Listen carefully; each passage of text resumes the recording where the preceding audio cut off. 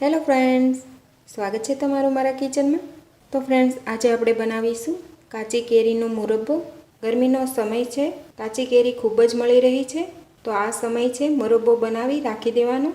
તો આ મુરબ્બો તમે રોટલી, ભાખરી, પરાઠા કે પછી થેપલા સાથે ખાઈ શકો છો, કે પછી તમે આ રીતે એકલો પણ ખાઈ શકો છો। આ મુરબ્બો નાના મોટા બધાને ભાવે તેવો બને છે। તો ફ્રેન્ડ્સ, તમે એકવાર આ મુરબ્બો જરૂરથી બનાવજો અને તમારા ફ્રેન્ડ સર્કલ સાથે શેર કરજો। તો ચાલો કાચી કેરીનો મુરબ્બો કેવી રીતે બનાવી શકાય તે જોઈ લઈએ। કાચી કેરીનો મુરબ્બો બનાવવા માટે મેં અહીંયા 1 કિલો રાજાપુરી કેરી લીધેલી છે। મુરબ્બા માટે જ્યારે તમે બજારથી કેરી લાવો ત્યારે કેરી ચારે બાજુથી સારી છે તે જોઈ લેવી। હવે આપણે કેરીને આ રીતે ઉપરથી કટ કરી અને તેની છાલ નીકાળી લઈશું। આ કેરીને તમારે બરાબર ધોઈ લેવાની છે। જો તમારી પાસે ટાઈમ હોય તો ઓવરનાઇટ અથવા તો 24 કલાક માટે પાણીમાં પલાળી દેવાની। આમ કરવાથી કેરીમાંથી ગરમી બધી નીકળી જશે અને આપણો મુરબ્બો ખાવામાં ઠંડો બનશે। આ કાચી કેરીનો મુરબ્બો બનાવવા માટે તમે કાચી કેસર કેરી પણ લઈ શકો, તોતાપુરી કેરી પણ લઈ શકો। તમારી પાસે જે પણ કેરી હોય તે લઈને તમે મુરબ્બો બનાવી શકો છો। તો આ રીતે મેં એક કેરીની છાલ નીકાળી તૈયાર કરી લીધેલી છે। તો આ જ રીતે હું બીજી કેરીની પણ છાલ નીકાળી અને તૈયાર કરી લઈશ। જનરલી આપણે મુરબ્બો છીણીને બનાવતા હોઈએ છીએ, આજે હું આ મુરબ્બો કટકા કરીને બનાવીશ।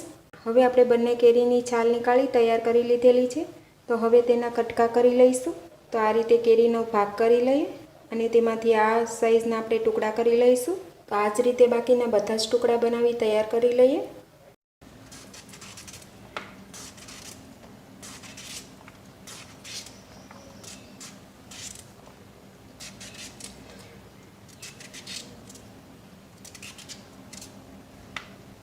મુરબ્બો તો હંમેશા તમે બનાવતા જ હશો, પણ આજે આપણે કંઈક અલગ રીતે મુરબ્બો બનાવીશું। તો ફ્રેન્ડ્સ, તમે વિડીયો એન્ડ સુધી જરૂરથી જોજો। તો ફ્રેન્ડ્સ, તમે પણ આ રીતે એકવાર મુરબ્બો જરૂરથી બનાવજો, બહુ જ સરસ બને છે। તો આ રીતે હું બધી જ કેરીને ટુકડા કરી લઈશ।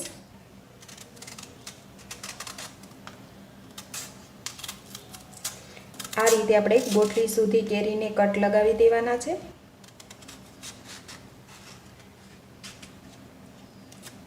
આ રીતે મેં બંને કેરી કાપીને તૈયાર કરી લીધેલી છે, તો તમે જોઈ શકશો આ રીતે મેં ટુકડા કરેલા છે। હવે આ કેરીને આપણે બાફીને રેડી કરવાની છે, તો બાફી લઈએ। તો આ સાઈડ તમે જોઈ શકશો મેં પાણી ગરમ થવા માટે પહેલેથી જ રાખી દીધેલું છે। પાણી સરસ ગરમ થઈ ગયું છે, તો તેની અંદર આપણે કેરી ઉમેરી દઈશું। કેરીને આપણે મીડિયમ ગેસ ઉપર 5 થી 7 મિનિટ માટે આ રીતે કૂક કરી લેવાની છે। તો આ રીતે આપણે બફાવા દઈશું। વચ્ચે વચ્ચે આપણે ચમચો ફેરવતા રહેવાનું છે અને બાફીને તૈયાર કરવાની છે। તો તૈયાર કરી લઈએ। આ રીતે મેં કેરીને 7 મિનિટ માટે બાફી લીધેલી છે। હવે તેને ચપ્પુથી આપણે ચેક કરી લઈએ। તો આ રીતે આપણે કેરી કટ થઈ રહી છે, એકદમ મેશ નથી થઈ રહી। તો આ રીતની આપણે કેરીને બાફી લેવાની છે। તો હવે આપણે ગેસની ફ્લેમ બંધ કરી દઈશું અને નીચે ઉતારી લઈએ। હવે એક તપેલી લઈ તેના ઉપર આ રીતે સ્ટ્રેનર લઈશું। તો કેરીને આ રીતે સ્ટ્રેનરમાં ગાળી લઈએ। તો આ રીતે આપણે કેરીના ટુકડાને થોડા ઠંડા થવા દઈશું, ત્યાં સુધીમાં આપણે બીજી તૈયારી કરી લઈએ। હવે સાકર લઈશું। અત્યારે મેં સાકર લીધેલી છે, તમે આ મુરબ્બો ખાંડમાં અથવા તો ગોળમાં પણ બનાવી શકો છો। તો અત્યારે મેં આ રીતે સાકર લીધેલી છે।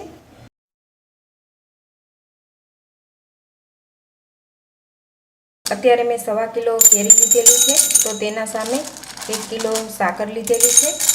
સાકર આપણે આ રીતે થોડી મોટી લીધેલી છે, તેને ખાંડી લેવાની છે। ત્યારબાદ આપણે તેને મિક્સરમાં પાવડર કરીશું। તો ખાંડીને તૈયાર કરી લઈએ। આ રીતે સાકરને અધકચરી ખાંડી લીધેલી છે। હવે તેને મિક્સરમાં આપણે પાવડર બનાવી લઈશું। આ રીતે થોડી થોડી પીસતા આપણે તૈયાર કરી લઈશું।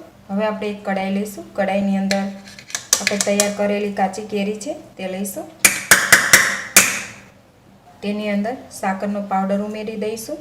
તો આ જ રીતે તૈયાર કરતાં આપણે બધો સાકરનો પાવડર આની અંદર ઉમેરી દેવાનો છે।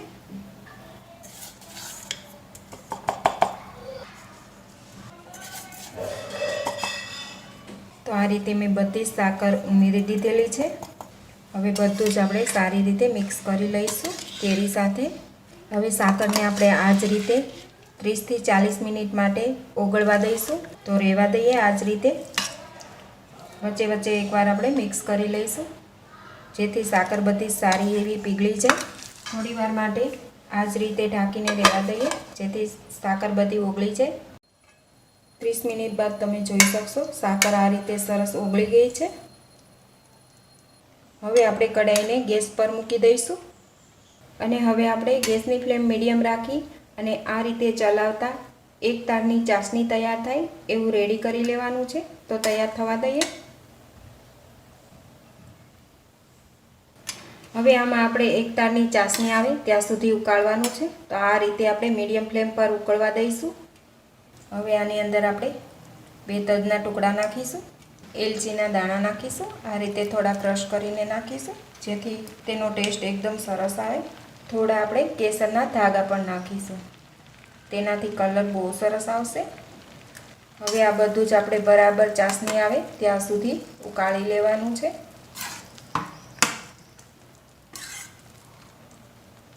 અંગૂઠા અને આંગળી વચ્ચે આ રીતે ચેક કરી લેવાનું. હજી આપણી ચાસણી તૈયાર નથી થઈ તો આ જ રીતે રહેવા દઈશું. ગેસની ફ્લેમ મીડિયમ રાખીશું અને મીડિયમ ફ્લેમ પર થવા દઈએ. તમારે ઓરેન્જ કલર જોઈએ તો તમે ચપટી ઓરેન્જ ફૂડ કલર પણ ઉમેરી શકો છો. આ રીતે આપણી ચાસણી એકદમ સરસ ઘટ થઈ ગઈ છે. તો ચેક કરી લઈશું. તો તમે જોઈ શકશો આ રીતે એક તાર થઈ રહ્યો છે. તો આપણી ચાસણી પરફેક્ટ તૈયાર છે. હવે આપણે ગેસ બંધ કરી દઈશું અને આ મુરબ્બાને આપણે બરાબર ઠંડો કરી લઈશું. ઠંડો થાય ત્યારબાદ આપણે એરટાઈટ બરણીમાં ભરી અને તમે ખાઈ શકો છો. હવે 1 કલાક પછી આ સરસ ઠંડુ થઈ ગયું છે. આ મુરબ્બો નીચે ઉતારી તેની અંદર મેં 1 થી 1.5 ચમચી જેટલો લીંબુનો રસ ઉમેરેલો છે. લીંબુનો રસ ઉમેરવાથી આપણી ચાસણી જે છે તે જામશે નહીં.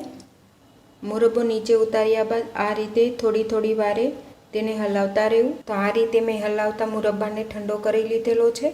આ કેરીના મુરબ્બા માટે ચાસણી બરાબર પરફેક્ટ છે. હવે તેને આપણે બાઉલમાં લઈ લેશું. આ મુરબ્બો કમ્પ્લીટ ઠંડો થઈ જાય ત્યારબાદ તમે એરટાઈટ બરણીમાં ભરી આખા વર્ષ માટે ખાઈ શકો છો. આ મુરબ્બો તમે એકવાર બનાવી આખા વર્ષ માટે સ્ટોર કરી શકો છો. તો ફ્રેન્ડ્સ, તમે પણ આ રીતે એકવાર કેરીનો મુરબ્બો તમારી ઘરે જરૂરથી બનાવજો. ત્યારબાદ મને કમેન્ટ કરીને જરૂરથી જણાવશો કે તમને આ મુરબ્બાની રેસીપી કેવી લાગી. રેસીપી સારી લાગી હોય તો વિડીયોને લાઇક કરજો, તમારા ગ્રુપમાં વધુને વધુ શેર કરજો અને મારી આ ચેનલને સબસ્ક્રાઈબ જરૂરથી કરજો. તો ફરી મળીશું ફ્રેન્ડ્સ એક નવા વિડીયો સાથે. Thanks for watching.